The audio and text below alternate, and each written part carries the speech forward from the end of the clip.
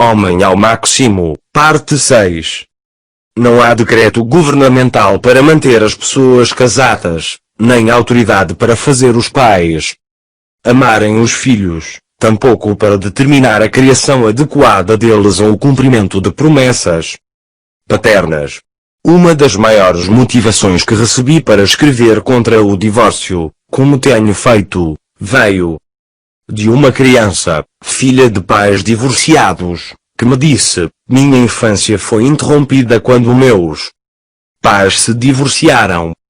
Joan Webster, em seu livro sobre famílias resultantes de um novo casamento, escreve: as pessoas não deveriam pensar duas vezes antes de escolherem o divórcio. Deveriam era pensar umas 50.000 vezes e ainda assim, não optar por ele. No livro The Unexpected Legacy of Divorce, o legado inesperado do divórcio, que relata um estudo de caso que durou 25 anos, Judith Wallerstein afirma: a criança que enfrenta o divórcio dos pais nunca se recupera do trauma. A autora mostra as consequências de uma separação para os filhos e como isso os afeta quando se tornam adultos. A sociedade, cuja raiz está na igreja, precisa declarar que o casamento convencional é algo essencial. Tem de ensinar os pais a amar seus filhos e a cuidar deles. Precisa fortalecer as famílias, a fim de que a própria comunidade se torne mais forte. E tem de transmitir às crianças o valor dos relacionamentos. 129. O lar é nossa primeira escola. As crianças de hoje são os maiores indicadores de qual será o futuro da nação. A vida do homem se resume, ou se baseia, em três coisas: na administração dos recursos que recebe, em seus relacionamentos e na liderança. Todas elas são de extrema importância no relacionamento com os filhos. Ser pai é ser o gerador de uma vida humana, formada e moldada à imagem e semelhança de Deus. Isso é algo sagrado. Os filhos devem ser fruto do amor de um casal, e não de um desejo lascivo. Muitas vezes, quando há apenas desejo, os pais não tratam a vida gerada como algo sagrado, e o resultado é o aborto. Por ser o pai, você é responsável pela criança gerada e pela vida que você fez sua parceira abortar. É responsável pela criança que abandonou um dia, e que agora está na prostituição, nas drogas, ou presa em alguma casa de detenção. É responsável por aqueles que, por causa da sua irresponsabilidade, não tiveram o cuidado paterno. Enquanto você está sentado aí, lendo este livro, pode haver uma criança órfã de pai, vagando pelas ruas, que você abandonou e para quem você não liga a mínima. Filhos e filhas nascem prontos. Mas, a capacidade de ser pai tem de ser desenvolvida. Qualquer indivíduo do sexo masculino pode gerar uma criança, mas somente um homem de verdade é capaz de ser pai. Nenhum homem tem o direito de engravidar uma mulher, se não estiver disposto a criar o filho que irá nascer. Ninguém tem esse direito. Sendo homens, temos a missão de criar filhos livres de malícia, num mundo cheio de violência e imoralidade. Nosso dever é criar filhos fiéis, que respeitem e admirem o pai que têm.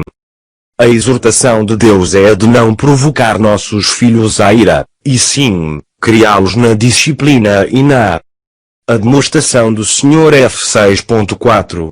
Isso demanda tempo, e tempo de qualidade. Nada é capaz de substituir traço. Lu. Dedicar tempo significa entregar-se ao outro, e é isso que precisamos fazer.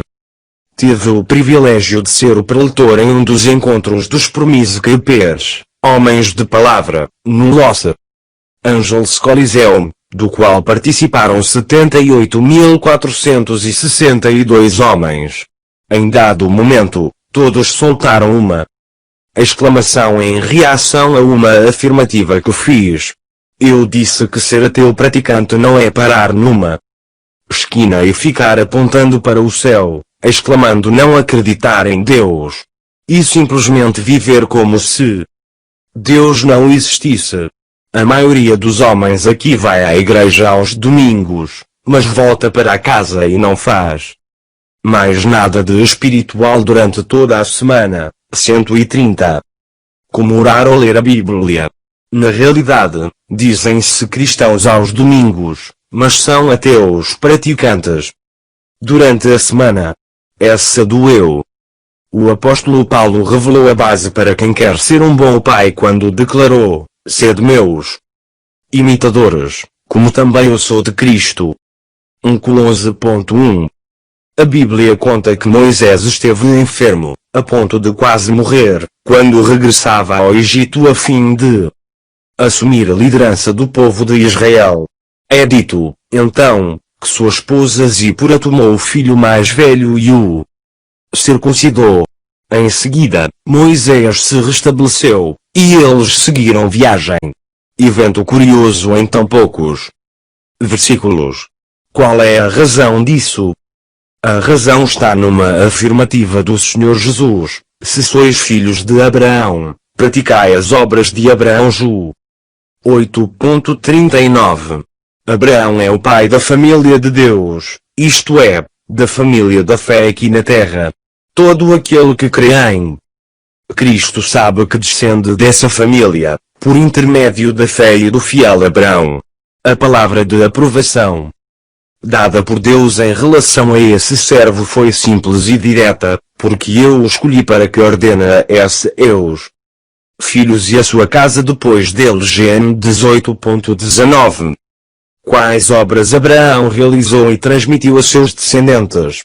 Em primeiro lugar, ele recebeu a justificação pela fé. Em segundo, deu o dízimo. Depois, resgatou Ló e, por último, foi o líder de sua casa. Durante o tempo em que Abraão conduziu sua família terrena, o Senhor o provou e capacitou, a fim de torná-lo o líder da família de Deus. Essa é a razão por que Paulo diz a Timóteo que o pastor deve primeiro demonstrar que sabe governar a própria família, para então liderar a família de Deus. Era dever de Abraão circuncidar o seu filho, deixar-lhe uma herança, ensinar-lhe um ofício e escolher uma esposa para ele. Moisés era responsável pela circuncisão do filho, mas foi negligente neste aspecto. Não sei por que isso se deu. A julgar pela minha experiência como pastor, posso imaginar que Moisés tenha ficado ocupado demais com o que Deus lhe ordenara fazer, e deixado o dever de cuidar da família por conta da esposa Zípora. No entanto, ela não tinha a mesma origem e criação de Moisés, tampouco possuía o entendimento que o marido herdara a respeito de Deus e de Abraão. Então, no momento em que se viu forçada a circuncidar o filho, ela repreendeu o marido. Talvez a razão de Moisés ter pecado, negligenciando o aspecto mais importante de sua vida, isto é, a missão de pai, tenha sido consequência de se achar em julgo desigual. A esposa, midianita, era tolerante demais com o filho e Moisés, por sua vez, tolerante demais com ela. Antes de Moisés assumir a liderança do povo de Deus, o Senhor lhe deu uma lição. Moisés não tinha escapatória. O Senhor lhe mostrou, de um modo extremamente duro, que nenhum homem escapa da lei de Deus. 131. O Senhor não usou termos dúbios. Deixou claro que homem nenhum está desobrigado de seguir os princípios divinos. Nenhum homem pode se abster da palavra de Deus. Eli era sacerdote em Israel e conhecedor da lei de Deus. Sabia de sua responsabilidade como pai e, no entanto, seus filhos se tornaram filhos de Belial. Eram perversos, mundanos, egoístas, mal-educados desprezíveis e, essa má conduta, levava o povo a pecar. Eli soube do comportamento deles e os repreendeu. No entanto, errou por não afastar Ló da posição de liderança que ocupavam. Com isso, Deus lhe disse que ele estava honrando mais aos filhos do que ao próprio Senhor. O juízo de Deus sobre Eli foi severo, mas justo. Ele cortou a descendência do sacerdote. Que motivo levou esse homem a experimentar algo tão trágico já ao final dos seus longos anos de serviço ao Senhor? Talvez o ministério de Eli, que era, na verdade, seu trabalho, tenha se tornado um ídolo para ele. Pode ser que o sacerdote tivesse dedicado mais tempo ao seu ofício do que ao Senhor. Até hoje, muitos homens fazem o mesmo. É uma prática costumeira, mas que vai contra a Bíblia. Na prática, os filhos de Eli não tiveram um pai presente. Não estavam perdidos no mundo, mas eram jovens religiosos, irreverentes e manipuladores. Faziam as coisas apenas para impressionar os outros, eram falsos e tinham o coração endurecido. Características comuns, porém contrárias às coisas espirituais. Vejamos quais são os deveres de um pai de verdade, um genuíno filho de Abraão e de Deus. Em primeiro lugar, circuncida seu filho. No Novo Testamento, a circuncisão equivale a se empenhar para que os filhos se tornem cristãos genuínos, nascidos do Espírito de Deus. Deus deu ao pai a incumbência de levar os filhos a conhecer o Senhor. O homem é responsável diante de Deus por essa tarefa. Muitas vezes, o marido abdica dessa responsabilidade e a deixa por conta da esposa. O homem é prejudicado por isso e nem se dá conta. Quando se nega a acatar a responsabilidade recebida do Senhor de ser o líder espiritual do lar, ele fica sob o juízo de Deus. Depois se pergunta por que o Senhor não o abençoa. O motivo é óbvio. Em segundo lugar, o pai deve deixar uma herança para o filho. Abraão deixou aos seus descendentes um grande legado de fé e de bens materiais, além da responsabilidade de administrar bem a herança, para a riqueza aumentar, em vez de diminuir. Se Deus não desejasse que os filhos herdassem o ministério dos pais, então, não seria conhecido como o Deus de Abraão, de Isaque e de Jacó. A questão, no entanto, é que Isaque e Jacó tiveram de cavar novamente os poços que Abraão escavara. O ministério pode passar de pai para filho, mas a unção, não. A unção é 132. Algo que o filho precisa buscar por si só e apenas em Deus. O mesmo vale para a administração dos negócios.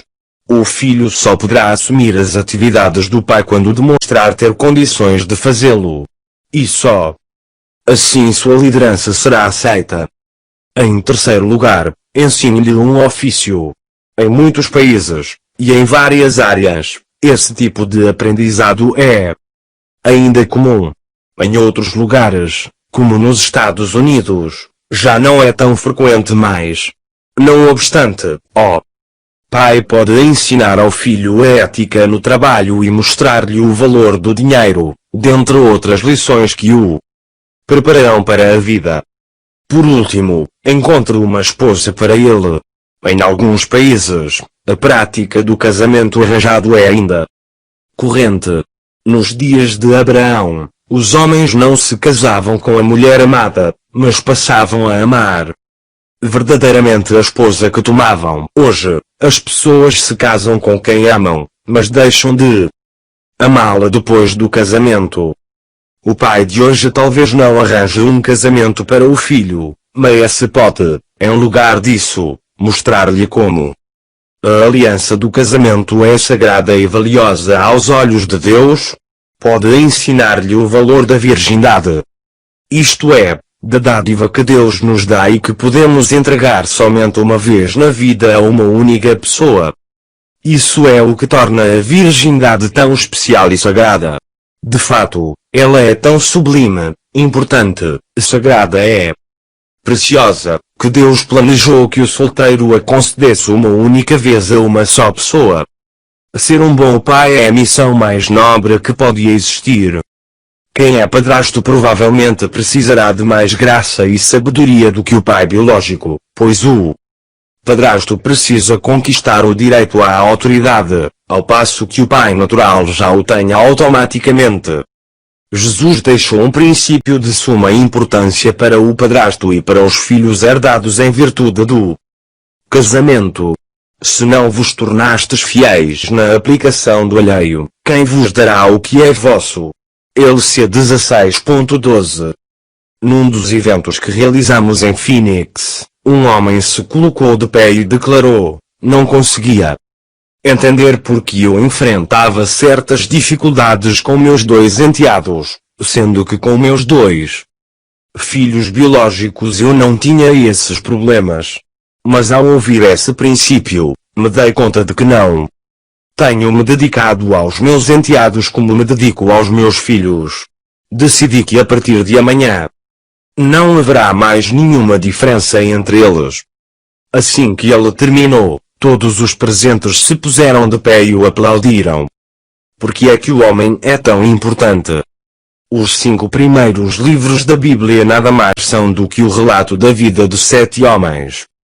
Deus revela a sua própria história através de varões. 133. Ele se dá a conhecer a nós como nosso Pai. Nós, homens, podemos nos revelar aos nossos filhos como pais. No Antigo Testamento, o sacerdote era um mediador, isto é, aquele que intercedia a Deus em favor do povo. Ele ministrava a graça divina àqueles que se adiavam sob sua tutela e era chamado de pai. Do mesmo modo, o chefe de família atua como o sacerdote do lar. É por esse motivo que todo homem tem de orar pelos filhos e apresentá-los diante do Senhor, antes de falar do Senhor a eles. Profeta, sacerdote, rei, progenitor, pai. Seja o homem um varão de verdade. Seja semelhante a Cristo em tudo o que fizer para sua família e na companhia dela. Seus filhos e esposa precisam de um homem assim. A sociedade necessita de homens desse quilate. E o reino de Deus também. 134. 20.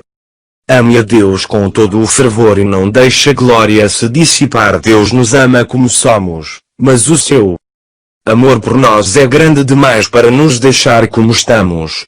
As pessoas ouvem o que sai da nossa boca. Mas é a partir do que somos que elas aprendem. Nossos atos mostram quem a gente é. As ações falam bem mais alto que as palavras. Na maioria dos casos, o fator que distingue um homem fracassado de um outro, bem-sucedido, é a capacidade de cada um para lidar com as pressões. O livro de Provérbios, na versão A Bíblia Viva, diz: se você fica desesperado quando tem que enfrentar muitos problemas, você é um fraco, um pobre coitado. PV 24.10. Quando escrevi a primeira parte deste livro, pude sentir o poder inspirador de Deus sobre a mensagem que eu estava redigindo. Sentia que, independentemente do momento em que eu escrevesse, era impossível torná-la melhor. Tenho consciência da unção de Deus atuante sobre ela. Por todo o mundo, a vida dos homens tem sido transformada por meio da verdade expressa aqui. Certa vez, estava em Zimbábue, participando como pré-leitor de uma conferência, quando o reverendo Perkins, um homem muito temente a Deus, me interpelou. Já fazia mais de 30 anos que ali trabalhava como missionário em Zâmbia, nação onde era querido e respeitado. Fora espancado e abandonado como morto à beira de uma estrada, lodo envolvido em arame farpado, à espera da morte. No entanto, ele sobreviveu e viveu ainda tempo suficiente para testemunhar a conversão de seus agressores. Essa era a justiça que ele almejara. viu pela primeira vez quando o apresentaram como preletor ali. Com passos vagarosos, porém firmes. Ele se dirigiu ao púlpito e ficou parado, 135. Fitando os ouvintes por vários minutos. Depois, olhou para mim, assentado na primeira fileira de bancos. O que se deu em seguida surpreendeu a todos e me deixou impressionado. Onde é que o senhor estava quando precisei do senhor? Urrou ele, em minha direção. Passei a vida inteira ministrando a mulheres e crianças e só agora li o seu livro O Homem ao Máximo. Se eu tivesse passado esses anos todos falando especificamente aos homens, poderia ter resolvido o problema do meu país. O senhor deveria estar no meio do mato. É lá que eles precisam do senhor. Senti o coração pulsar fortemente e o rosto corar. Tremi em meu assento, tamanha a força das palavras ditas. Foi a primeira e a única vez que alguém se dirigiu a mim daquela maneira. Nunca mais me esqueci da fisionomia desse homem, nem do impacto de suas palavras. Embora nunca tenha trabalhado nas matas, nunca deixei de ministrar a homens e de escrever livros direcionados a eles, abordando suas necessidades. Meus colegas de ministério têm chegado até os moradores nas tribos, e já enviamos vários caminhões lotados de livros a esses lugares. Tenho quase 50 anos de ministério e 54 de casamento. Continuo viajando, escrevendo, ensinando e pregando. Viver para Cristo é a mais grandiosa aventura que há na face da terra. Nada se compara a ela. Recentemente, estava tomando um lanche com um amigo. Em dado momento, ele me encarou e disse: "Quero lhe dizer que você tem permissão para se intrometer na minha vida, Ed. Sempre que vir alguma coisa que preciso mudar, me fale. Ou então, se me vir fazendo algo errado, diga-me. Alguns pastores vêm falar comigo, sem que eu tenha dado essa abertura a eles. Mas para você, eu dou o direito de interferir. Porque sei que vai sempre me falar a verdade." Fiquei calado por um bom tempo e, então, falei, glória passada. Meu amigo me fitou, como se quisesse entender o sentido daquilo. Então, indagou: "O que você quer dizer com isso?" "Não viva na glória passada", disse. Alguns dias atrás, Nancy estava me dizendo que precisamos trocar o papel de parede da cozinha, pintar o quarto e trocar o carpete em alguns pontos da casa. Quando nos mudamos para lá, trocamos tudo e fizemos uma reforma. Tinha ficado lindo. Mas agora, a glória daqueles dias se foi, e precisamos substituir algumas coisas e consertar outras. Minha esposa não aguenta viver na glória passada. "Não entendi", respondeu ele. 136. Eu e Nancy estávamos lembrando o início do nosso casamento, quando nos convertemos. Não perdíamos um culto, uma reunião de oração, nem as oportunidades de fazer evangelismo nas ruas. A glória do Senhor enchia nosso coração e o fogo de Deus ardia fortemente em nós. Aí Nancy usou uma frase que já tínhamos usado várias vezes ao longo dos anos. "Edwin", disse ela, "eu nasci no fogo e não suporto viver na fumaça." "E o que isso tem a ver comigo?" perguntou meu amigo traço. "Mais de 20 anos atrás, quando você começou a servir a Deus, a glória do Senhor enchia tudo o que você fazia. Você aprendeu a trabalhar, a adorar o Senhor, a discipular homens, a falar de Cristo, a ensinar, a vender, enfim, tudo o que um homem precisa saber fazer. Agora é um homem bem-sucedido. Mas está fazendo tudo do mesmo jeito. Você incrementou uma coisa e outra, mas basicamente a técnica ficou ultrapassada ao longo dos anos. Agora, tem de analisar o todo, e ver se não está convivendo com a glória passada. Você leva uma vida cristã atual. É um homem próspero. Contudo, quando os outros olham para a sua vida, veem tudo velho e desgastado. Você crê numa coisa, mas eles acabam enxergando outra, e aí ficam confusos. O mesmo pode-se dar no casamento. Prossegui. O marido diz que está tudo ótimo, mas para a esposa, relacionamento está morrendo. Talvez ainda não esteja morto de fato, mas na melhor das hipóteses, está num nível mediano. Com os anos, o relacionamento foi perdendo a graça e amornando. A glória da lua de mel já se foi há tempos.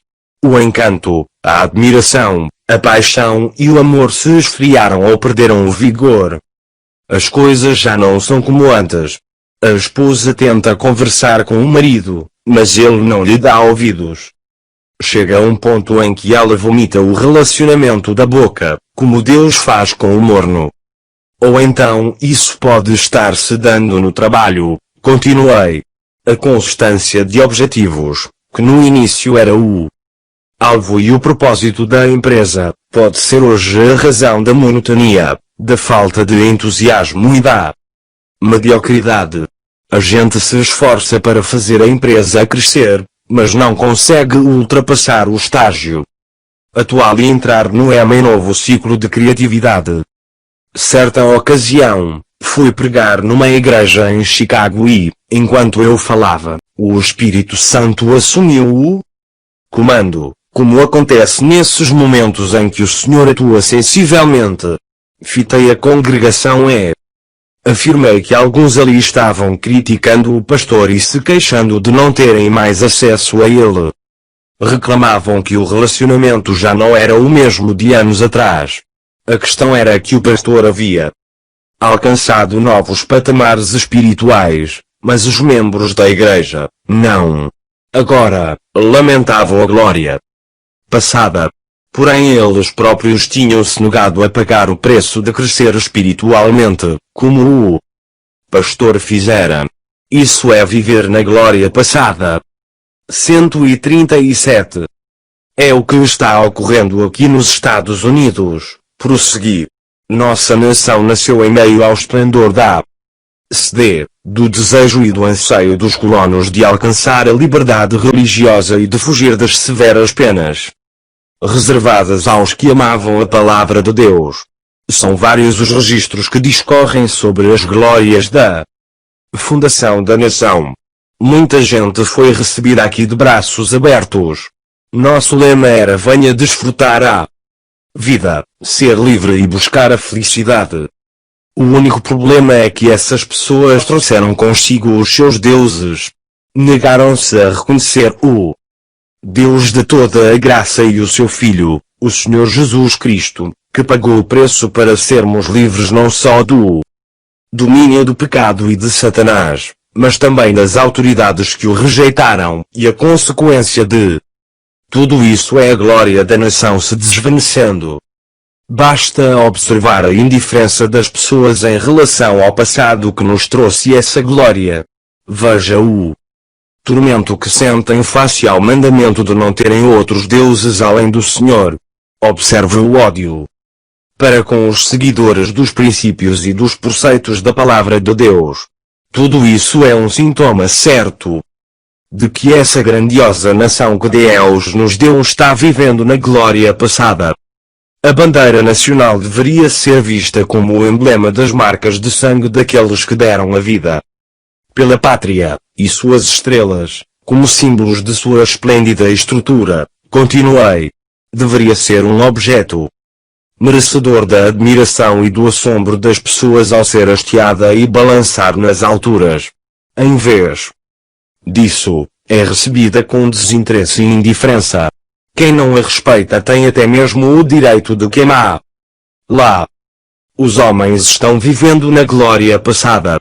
Vemos casais, cujo casamento se iniciou repleto de brilho, bênçãos, encantos e gratidão, aceitarem o divórcio com a mesma naturalidade com que vão ao cinema. A geração de hoje, que nunca teve de pagar um preço pelo seu país, perdeu todo o senso de patriotismo. Vemos igrejas e cristãos, que no início desfrutavam da glória de Deus, viverem na penumbra do que restou. Falam do passado como se ainda fosse presente. Falam de uma realidade que já existiu, mas não existe mais. Glória passada. Muitos cristãos, que já ofertaram com sacrifício e com o mesmo desprendimento com que se consagraram ao Senhor, já não veem com bons olhos a bênção de ofertar. Usam de sarcasmo ao acusar o ministério de interesseiro, mas não percebem que o motivo de não desejarem mais contribuir está no fato de terem perdido a visão de alcançar os perdidos, concluí. Ao sairmos do restaurante, meu amigo comentou que jamais se esqueceria daquelas palavras. Espero que o leitor também não se esqueça delas. 138. No Antigo Testamento, lemos que Salomão orou e a glória do Senhor encheu o templo. O tempo passou, e o templo continuou lá. Porém, o ouro se foi.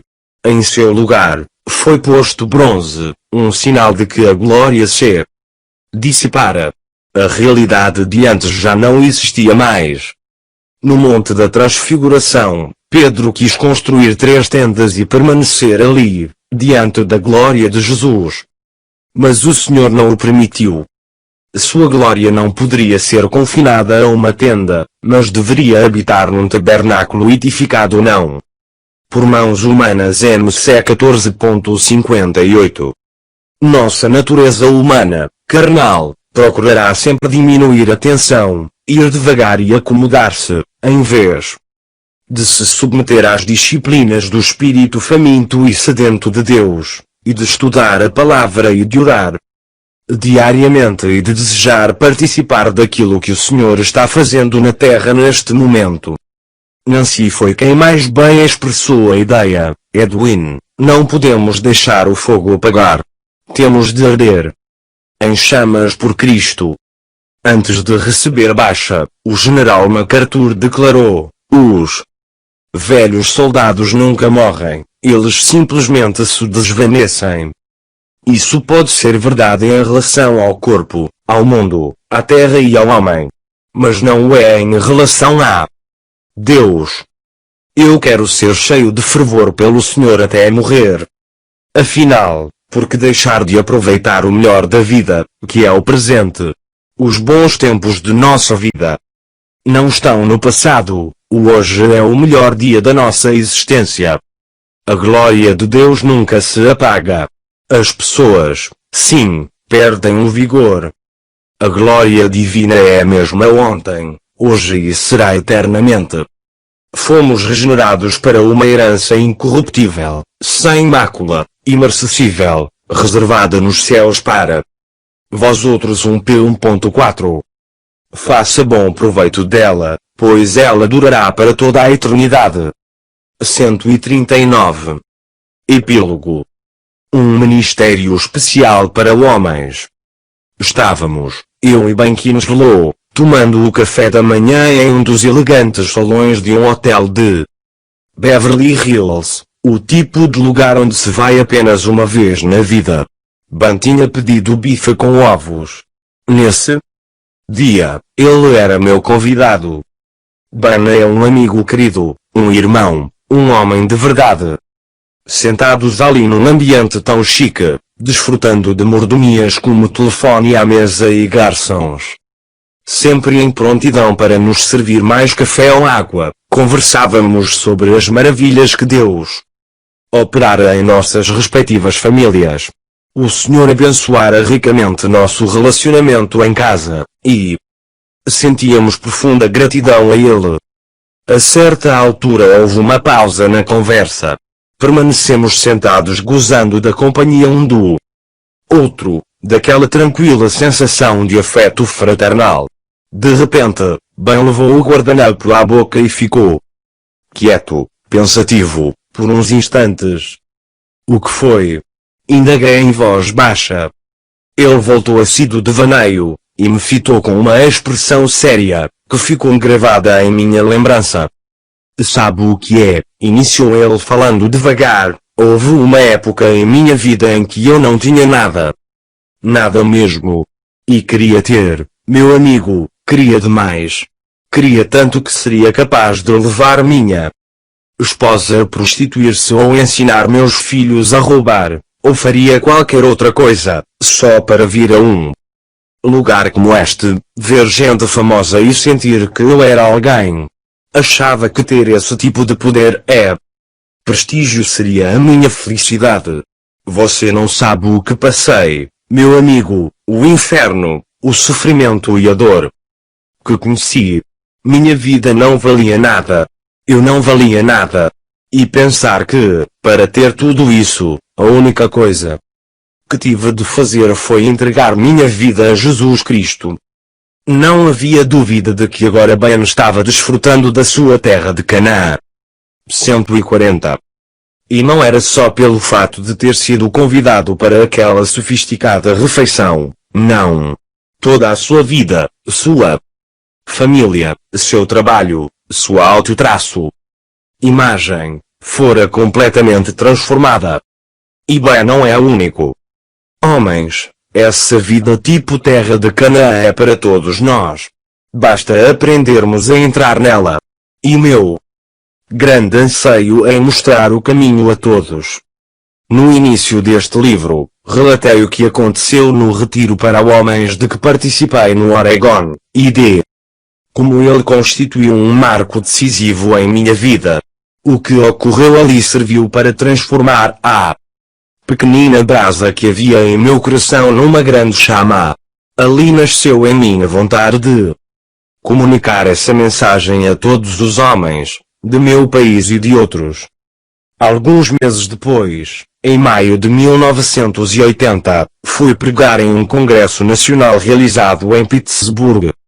No meio da mensagem, parei, olhei para o auditório, e em seguida, de súbito mas calorosamente, disse: Irmãos, orem por mim, para que Deus me dirija para um ministério especial para homens, que seja de âmbito nacional. A reação dos ouvintes deu-me a impressão de que uma corrente elétrica tinha perpassado o salão. Imediatamente todos se puseram a bater palmas, e alguns se levantaram. Em seguida, vários começaram a orar. Partia do coração deles a confirmação de que havia uma grande necessidade desse ministério. Em novembro do mesmo ano, eu e Nancy promovemos na casa de um conhecido, em Huntington Beach, uma reunião com amigos e outras pessoas que acreditavam que Deus estava me chamando para um ministério exclusivo para homens. Era uma reunião de oração intercessória. E a certa altura um pedido foi sendo confirmado em cada coração, que Deus me desse a oportunidade de pregar a 10.000 homens.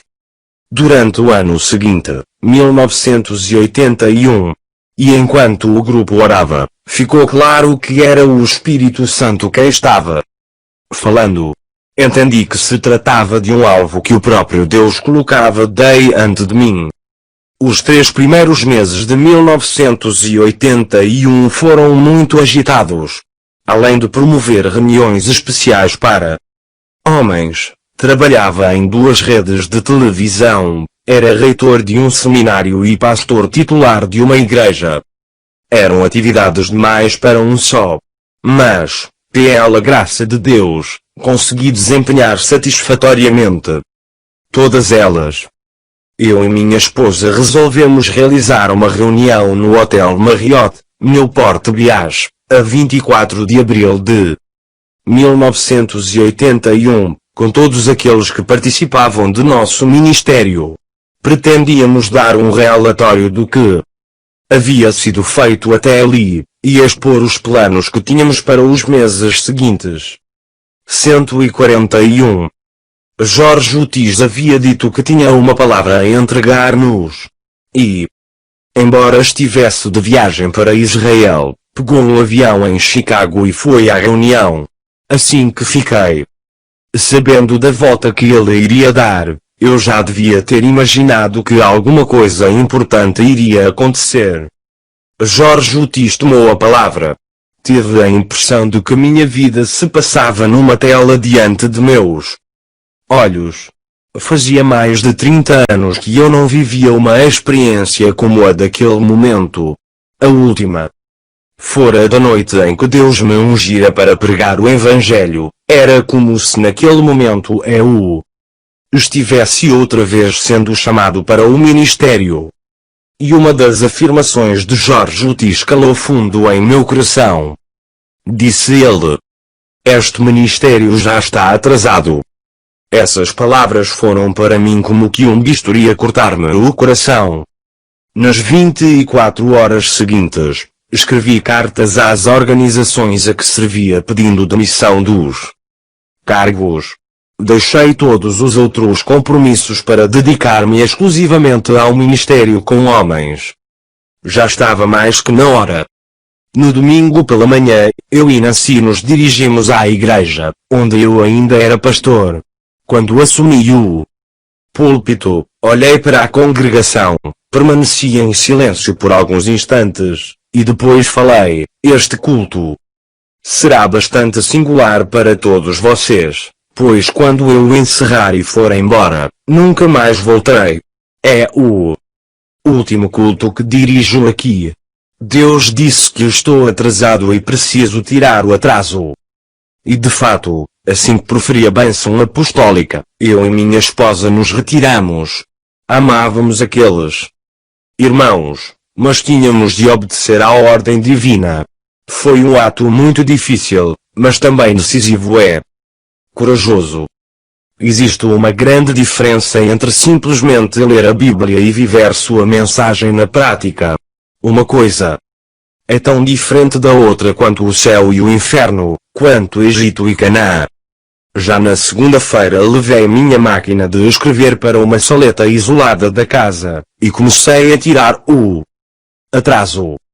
Durante aquela semana muitas pessoas vieram falar conosco. Diziam que não era hora de fundarmos um novo ministério. A economia do país mostrava-se muito instável. Éramos velhos demais para isso. Nunca conseguiríamos fazer o que planejávamos. Devíamos estar pensando mais era em aposentadoria, e inúmeros outros comentários negativos, mas procuramos ignorá-los, pois estávamos muito seguros do chamado divino. Sabíamos bem o que tínhamos a fazer. E o estávamos fazendo. Ou talvez eu deva dizer, Deus estava fazendo.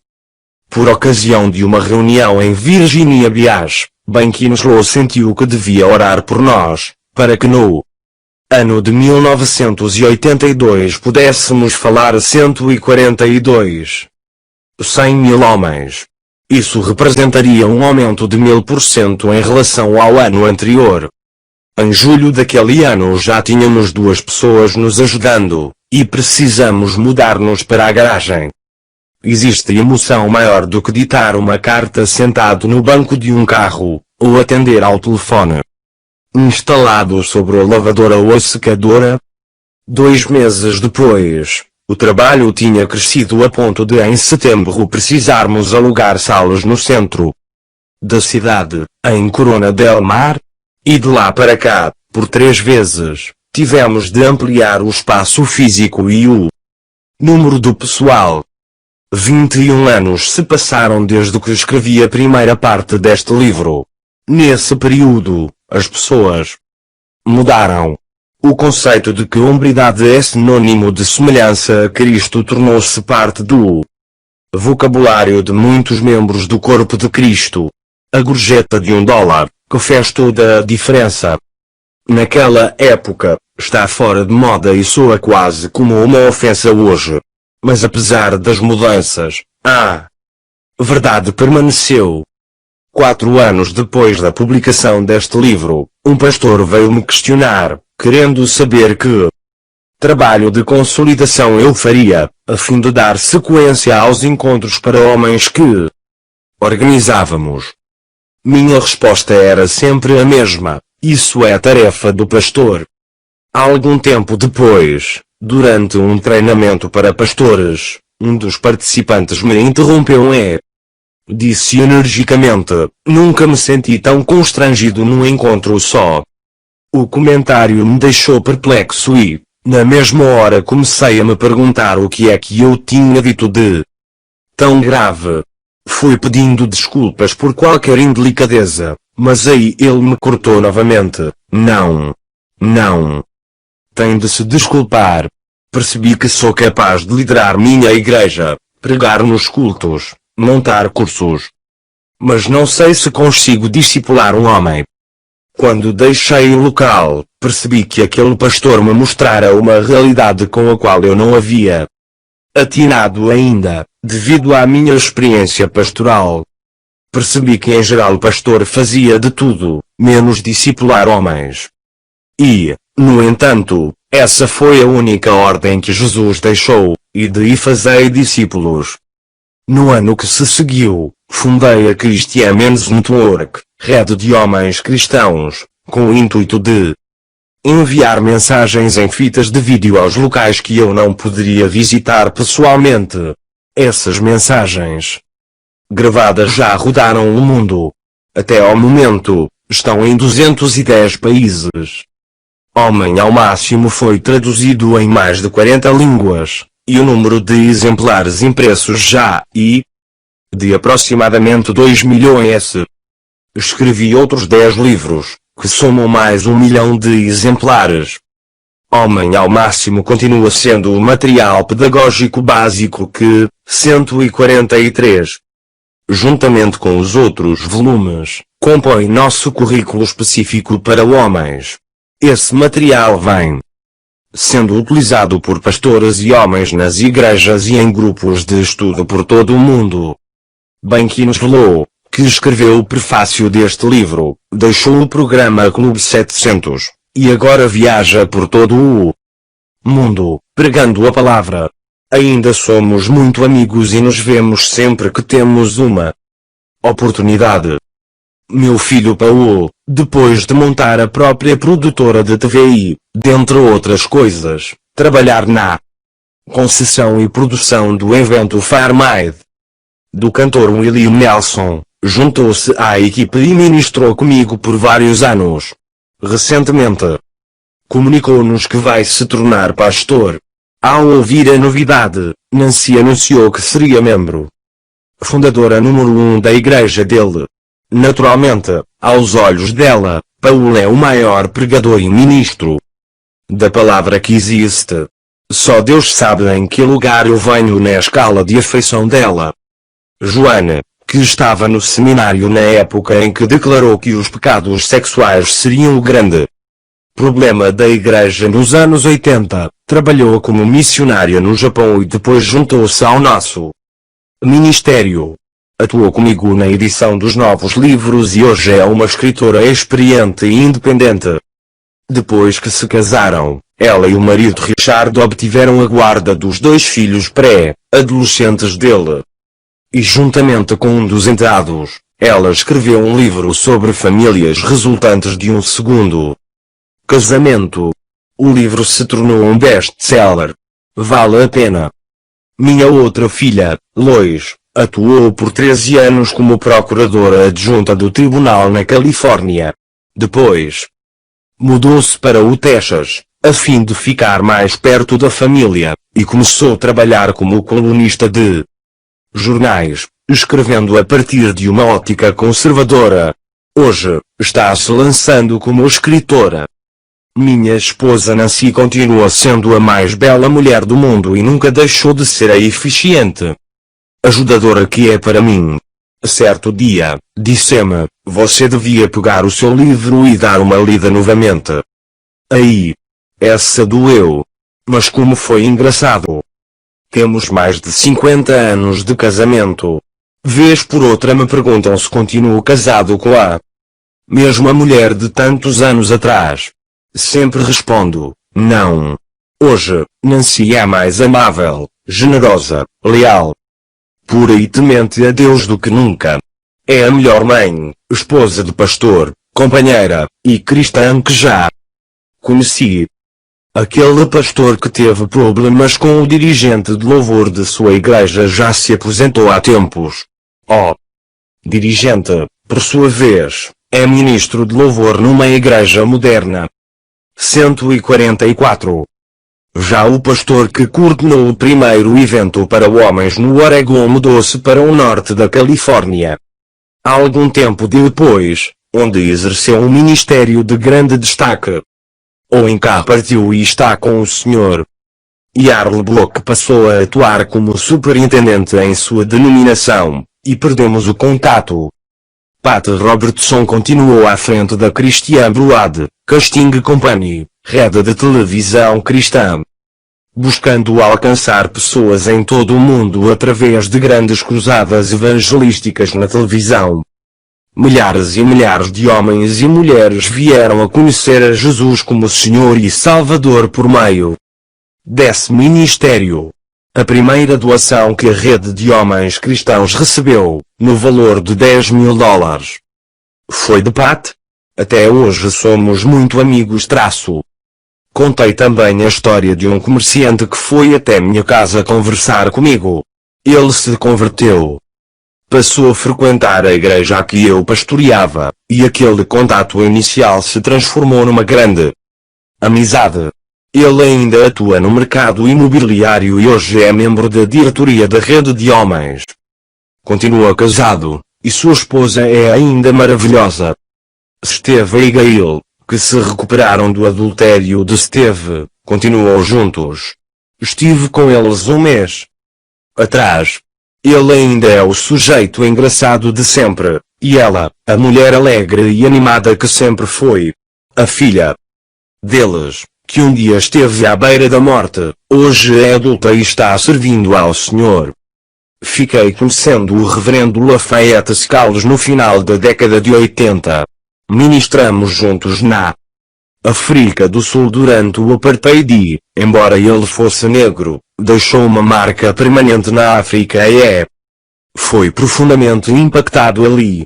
Tornou-se um dos pregadores de maior expressão no ministério para homens nos Estados Unidos e é também membro da diretoria da CMN, Rede de Homens Cristãos. Coincidentemente, ele estava no evento que realizamos em Pittsburgh, quando pedi aos presentes que concordassem comigo em oração, a fim de lançarmos esse ministério. Ele orou conosco, e o resto da história o leitor já conhece.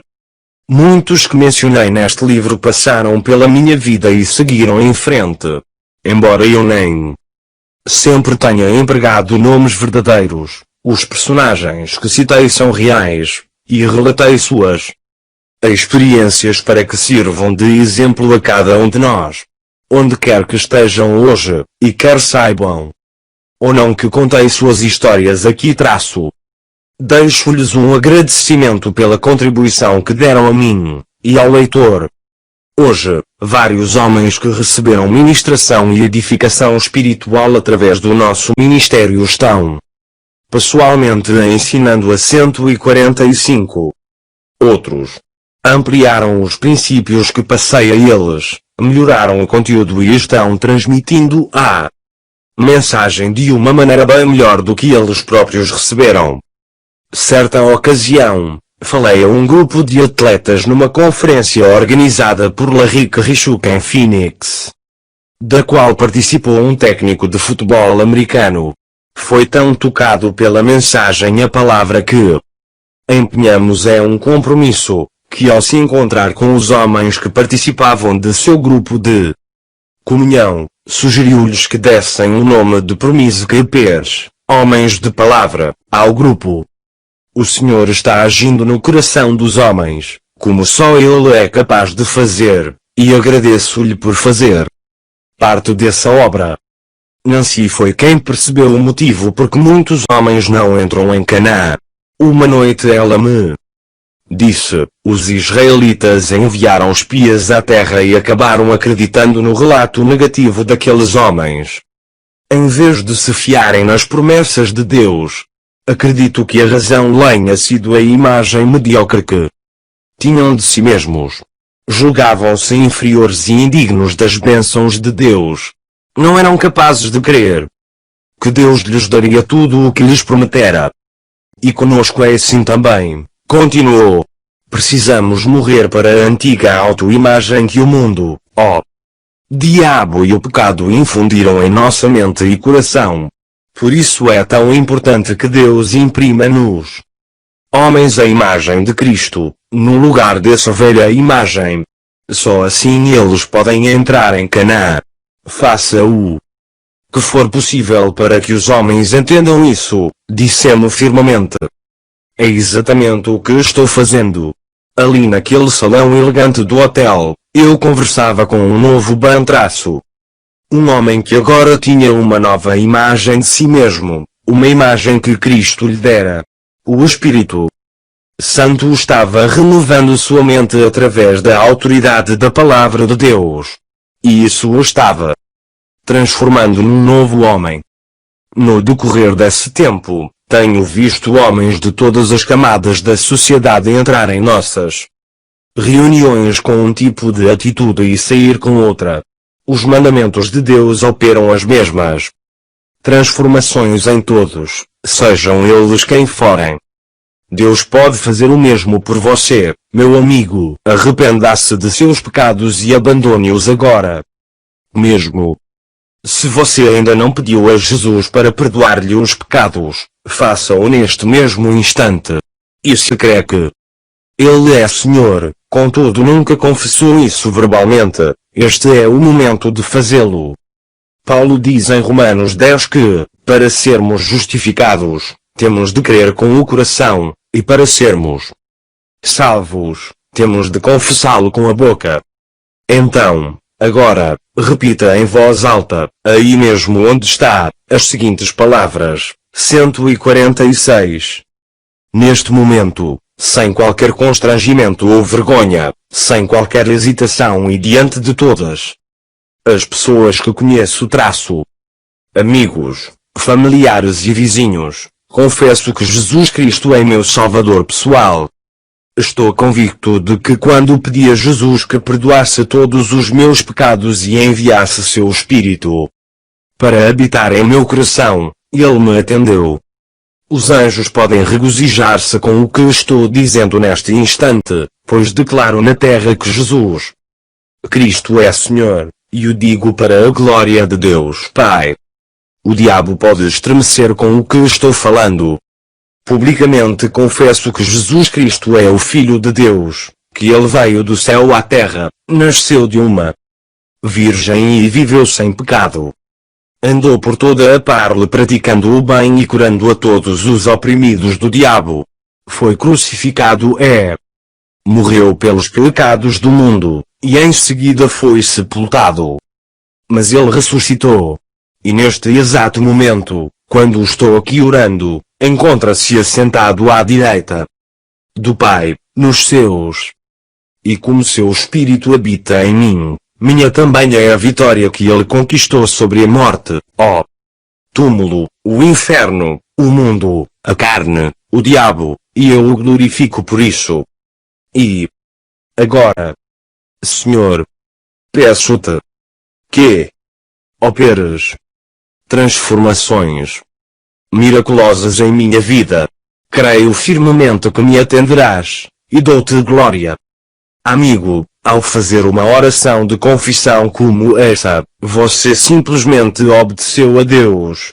Agora creia que Ele atenderá sua petição e operará mudanças poderosas em sua mente, coração, alma e corpo, isto é, em todo o seu ser. Eu também estou exercitando fé no sentido de que Deus cumpra suas promessas na sua vida. Não permita que outras pessoas venham a confiná-lo no pequeno mundo em que vivem. Deus é muito grande e tem planos grandiosos para sua vida. Desfrute da terra de Canaã em todos os aspectos de sua vida, no casamento, na educação dos filhos, na sua profissão, nas finanças, nos estudos, em tudo. Seja o homem em todo o seu potencial. Um homem semelhante a Cristo.